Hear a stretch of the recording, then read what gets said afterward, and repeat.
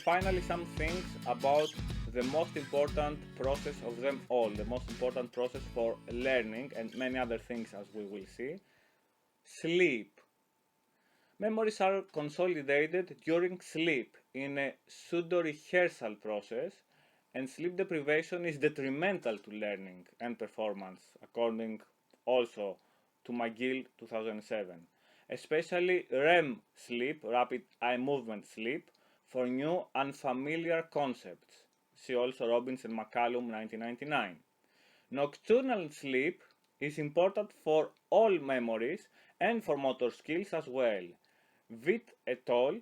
Found that non-REM sleep, stage 2, is involved in offline consolidation of newly acquired skills that are effector independent.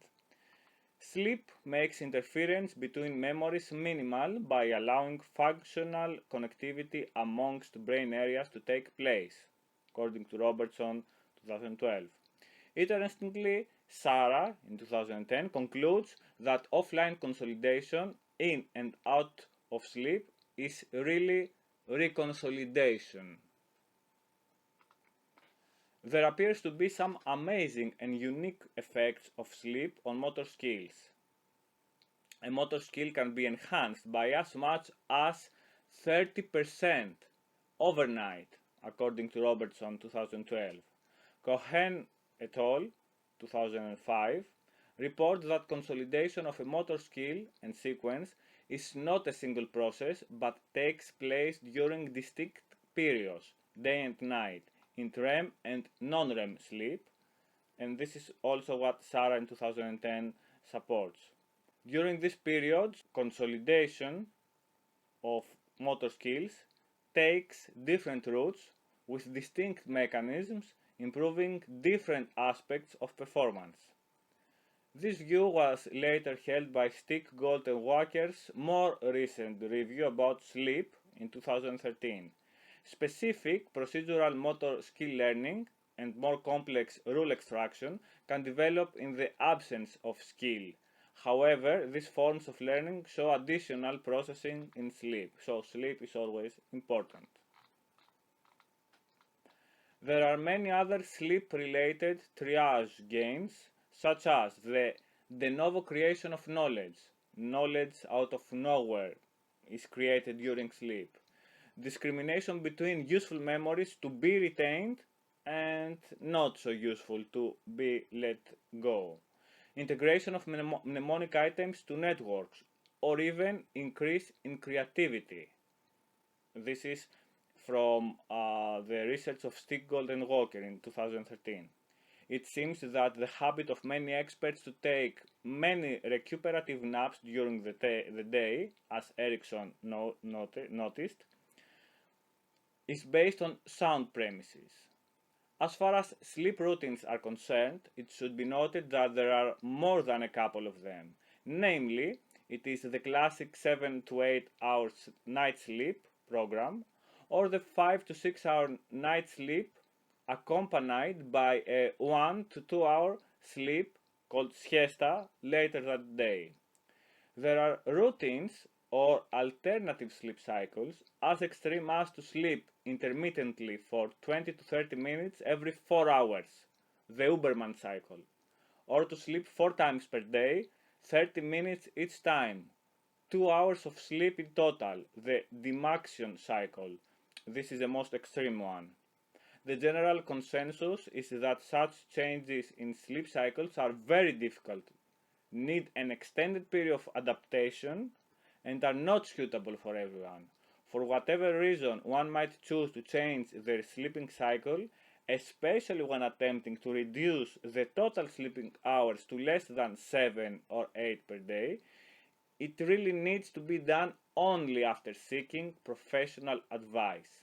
So, since we are in the domain of sleep, let's go to similar ideas that have to do with altered and modified states of consciousness. Sleep is one of them, or sleep is not just one modified state of consciousness.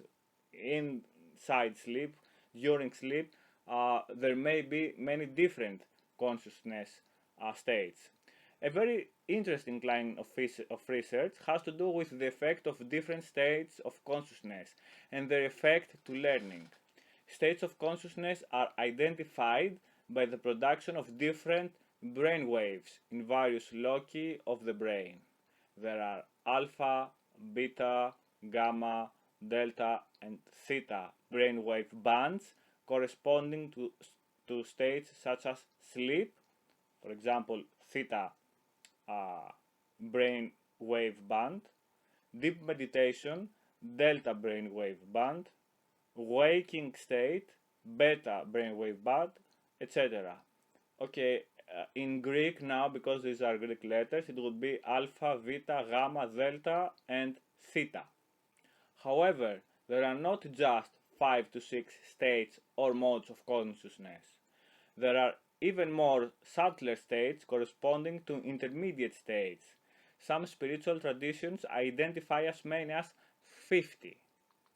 What is important though is that some states, for example alpha, produce better results in learning than others, according to Sigal et al. 2014, Freyer et al. 2015, or indeed in other important processes such as imagination and intuition, which are in the gamma band, as Kahn et al. 2013, Hauswald et al. 2015, Sain et al. 2015 mention.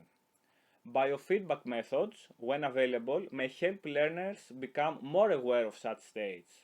For all of us, it remains important to be able to 1. Recognize, hopefully after special practice, 2. Manipulate these states. So we should recognize these states, we should train, practice, there are protocols for this, spiritual traditions have many exercises for this, and when we recognize them effectively, maybe at some point with still other exercises, we may be able to manipulate these states. Wow. This can have many important applications. The idea of modified consciousness modes. For example, knowledge that has been learned or produced in a certain state may be reproduced again only in that exact state, except if we have consciously tried to generalize this knowledge to other states, again with the help of spatial training. This is something that, for example, neuro-linguistic programming suggests.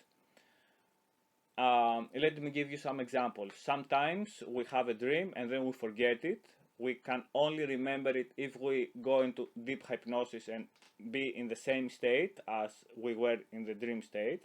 Or if we were in a state of increased imagination, we might have an idea and then again forget it, and we must go back to that idea. Or if we have very high performance as tennis or piano or players or as surgeons, we must enter this state to have access to this performance again, like the flow state, for example. And if you remember, sometimes this is a big, let's say, iconic.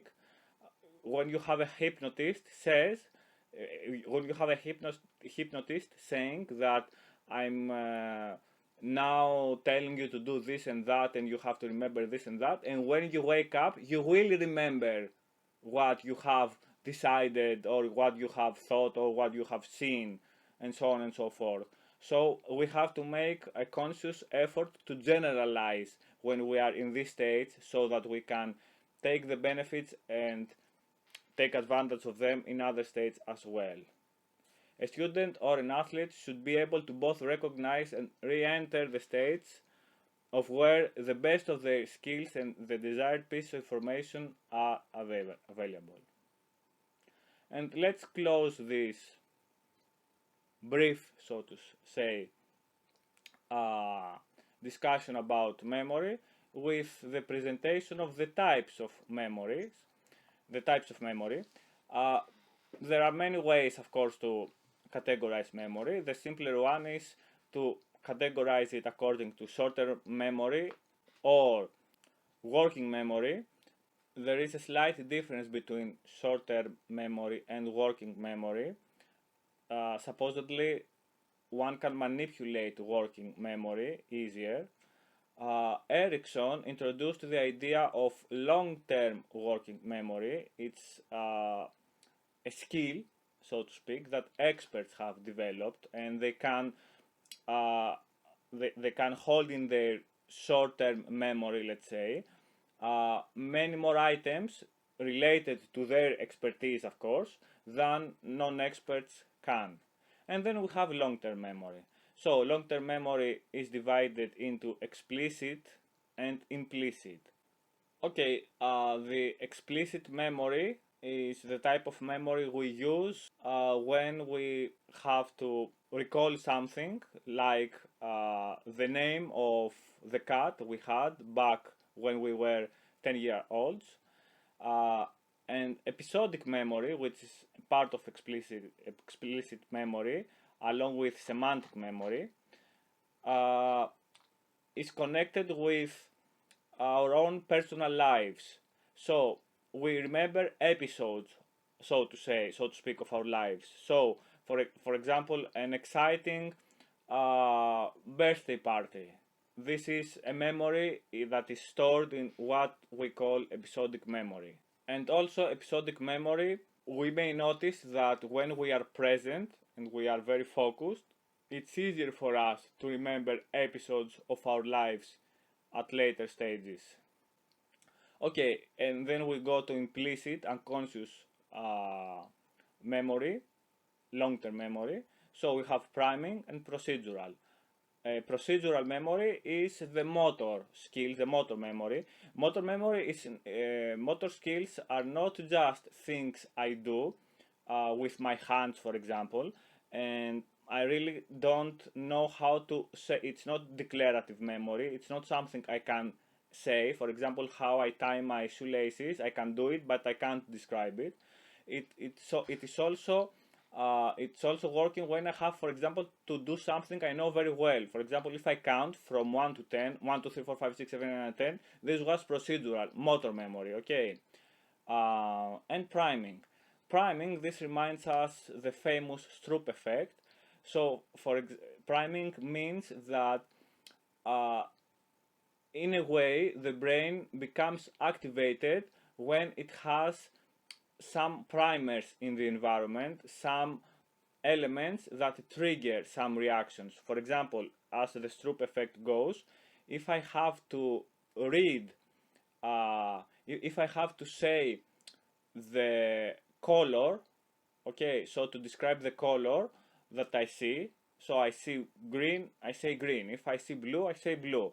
And how fast I can say that. So imagine that I have letters that are painted with colors. When I have the word blue, which is painted in blue color, I have to say blue, and this agrees with the word. So the color is blue and the word is BLUE.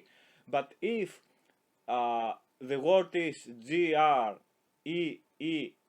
green, and the color of the word is blue, and I have to say blue, because I was primed to say green, because I read green, there is a delay, a bigger delay. So I won't say green immediately.